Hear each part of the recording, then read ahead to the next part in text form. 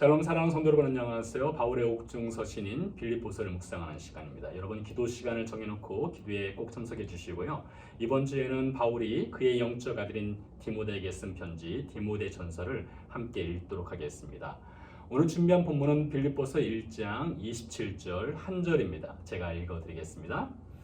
오직 너희는 그리스도의 복음에 합당하게 생활하라. 이는 내가 너희에게 가보나 떠나 있으나 너희가 한 마음으로 서서 한 뜻으로 복음의 신앙을 위하여 협력하는 것과. 아멘. 오늘 말씀에서 바울은 빌립보의 그리스도인들에게 그리스도의 복음에 합당하게 생활하라고 권면합니다.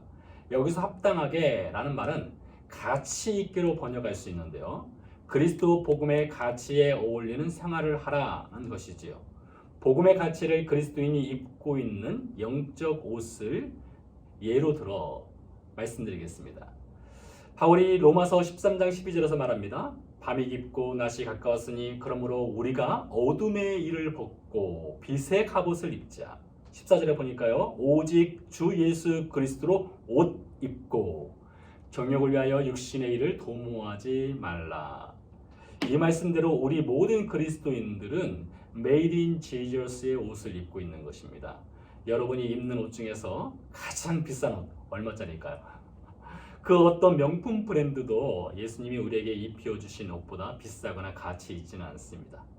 우리가 입은 영적 옷은 예수님의 생명값을 주고 예수님이 입혀주신 것이지요. 예수님이 우리에게 입혀주신 옷을 다른 말로 하면 복음, 좋은 소식이라고 할 수가 있는데요. 우리를 죽음에서 살리시고 영원한 생명을 준 가치가 있는 것이 바로 복음이지요. 유대 경전인 탈무드의 말을 빌리자면 한 생명을 구하는 자는 천하를 구하는 것이다 라는 말처럼 예수님께서 예수님의 생명값에 가치가 있는 복음의 옷을 우리에게 입혀 주셨습니다. 바울 시대 당시 로마 제국은 신분 계층에 따라 사람들이 입는 옷이 달랐습니다. 옷을 보면 상류층인지 노예인지를 구분할 수가 있었던 것이지요. 그러나 아무리 값비싸고 좋은 옷을 입었다 할지라도 그 사람을 정말로 빛나게 하는 것은 옷보다 그 사람의 삶의 내용입니다. 옷은 선물의 거포장과 같은 것입니다. 중요한 것은 포장 속에 담겨있는 선물이지요. 복음의 가치도 그렇습니다. 복음은 생명을 살리는 것입니다. 복음은 좋은 소식입니다.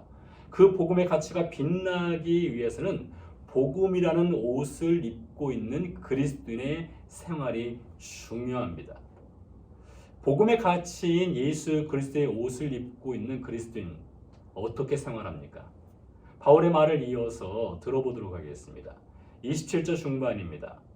이는 내가 너희에게 가보나 떠나 있으나 너희가 한 마음으로 서서 한 뜻으로 복음의 신앙을 위하여 협력하는 것과. 이 말씀에서 바울은 너희라는 말을 반복적으로 사용하고 있고요. 또한 한 마음, 한 뜻, 협력이라는 말을 통해 하나됨을 강조하는 것을 볼 수 있기도 합니다. 바울 당시의 교회는 교회 내 성도들이 다양한 신분 계층의 사람들이 모여서 공동체를 형성했습니다. 상류층부터 노예까지 한 자리에서 모여서 예배를 드렸고 함께 식사를 했고 함께 신앙생활을 했습니다. 그러므로 당시 그리스도인들에게 주어진 과제는 교회인으로 끌고 들어온 사회적 계층 간의 담을 허무는 것이었습니다. 복음을 위해 하나 되고 서로 협력하라는 바울의 권면은 계층 구분이 뚜렷하고 당연시 여기던 로마 제국 시대를 살아가는 빌립보 그리스도인들에게는 매우 도전적인 권면이었던 것이죠. 그런데 당시 교회 관련 문헌들을 보면 교회의 성도들은 적은 무리였지만 사회적으로 매우 파격적인 삶의 태도를 취했습니다. 모두가 다 그리스도 예수의 영적 옷을 입은 예수 그리스도의 지체로 생활하였습니다. 상류층과 노예계층이 서로를 향해 형제 자매라고 불렀습니다. 하나가 되었습니다. 그것이 바로 당시로서는 매우 강력한 복음의 능력이었고 세상을 향한 전도 방법이기도 하였습니다. 교회 내 사회적 계층의 담이 허물어지는 것도 매우 중요하지만 교회 내 직분이나 소위 영적 계급 구조 역시 허물어지는 것, 이건 역시 매우 중요합니다. 신약성경, 특히 사복음서를 보면 예수님이 이스라엘에 뿌리 깊게 내린 종교적 계층 구조를 허무는 것을 볼 수 있습니다. 제사장, 바리새인, 서기관, 율법사, 그리고 평시민으로 내려가는 영적 계급. 이 잘못된 영적 계급으로 인해 교만과 자만이 생기고요. 종교를 통한 잘못된 권력 행사 등을 예수님이 보셨던 것이죠. 그래서 예수님이 그 종교적 영적 계급을 계속해서 허물어 가십니다. 오늘날 교회에서도 매우 조심해야 할 것은 믿음이라는 옷을 입고 있는 영적 신분 계층입니다. 소위 믿음이 있다는 사람들이 교회 내에서 큰 목소리를 내고 자기 주장을 펴고 자기 뜻대로 사람들을 끌고 가려는 것, 이것은 매우 위험한 것입니다. 여러분, 누가 믿음이 강한 사람일까요? 누가 정말로 믿음이 견고하게 서 있는 사람일까요? 로마서 15장 1절에 보면 믿음이 강한 우리는 마땅히 믿음이 약한 자의 약점을 담당하고 자기를 기쁘게 하지 아니할 것이라 라고 말하고 있습니다. 여러분, 믿음이 강한 그리스도인은 믿음이 연약한 이들의 약한 그 약점을 대신 짊어지는 이들입니다. 그뿐만이 아닙니다. 오른팔이 가려우면 왼손이 긁어줘야 되죠. 머리를 감고 싶으면 발이 아닌 손이 도와줘야 됩니다. 어디를 가려면 발이 온몸을 짊어지고 수고를 해야 합니다. 그리스도인의 공동체인 몸은 서로 협력하지 않고는 생존 자체가 불가능합니다. 예수님이 십자가를 지기 전날 제자들과 함께 마지막 식사를 하셨습니다. 그 식사 자리에서 예수님이 제자들의 발을 씻어 주시지요. 그러면서 요한복음 13장 14절에서 말씀하셔요. 내가 주와 또는 선생이 되어 너희 발을 씻었으니 너희도 서로 발을 씻어 주는 것이 옳으니라. 이 말씀대로 우리는 서로 발을 씻어 주는 그리스도인입니다. 발의 가치를 빛나게 하는 것은 손이 발을 씻어 줄 때입니다. 발을 보호하는 건 역시 발 스스로가 아닌 손이 발의 양말과 신발을 신도록 도와줄 때이지요. 우리 자매님들 귀에 예쁜 귀걸이 달아주는 것, 귀 스스로가 하는 것 아니지요? 손이 도와줘야 되죠. 손가락에 보석 반지를 끼워주는 것 역시 손가락 스스로가 할 수 있는 것이 아니라 다른 손이 도와줘야 가능합니다. 다른 일을 빛나게 할 때 그것이 반사되어 우리 자신을 또 빛나게 할 수 있는 것이란 것이죠. 그러니 복음의 가치에 어울리게 사는 그리스도인들은 서로 협력하고 서로 기도하고 서로 믿음으로 끌어주고 서로 격려하며 함께 복음의 가치인 예수 그리스도를 위해 서로 섬기는 것이죠.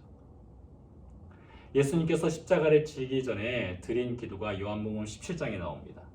일부 내용은 이렇습니다. 우리와 같이 그들도 하나가 되게 하옵소서. 아버지께서 내 안에 내가 아버지 안에 있는 것 같이 그들도 다 하나가 되어 우리 안에 있게 하사 세상으로 아버지께서 나를 보내신 것을 믿게 하옵소서. 우리가 하나 된 것 같이 그들도 하나가 되게 하려 함이니이다. 예수님의 기도를 보면 마지막까지 서로 하나됨을 위해 기도하셨습니다. 서로의 믿음을 붙들어주고 넘어질 때 일으켜주고 서로의 발을 씻어주는 섬김의 그리스도인이 될 때에 진정한 복음에 합당한 생활, 복음의 가치에 어울리는 그리스도인의 생활을 하는 것입니다. 여러분, 교회는 형제 자매 외에 또 다른 형제 자매가 있지 않습니다.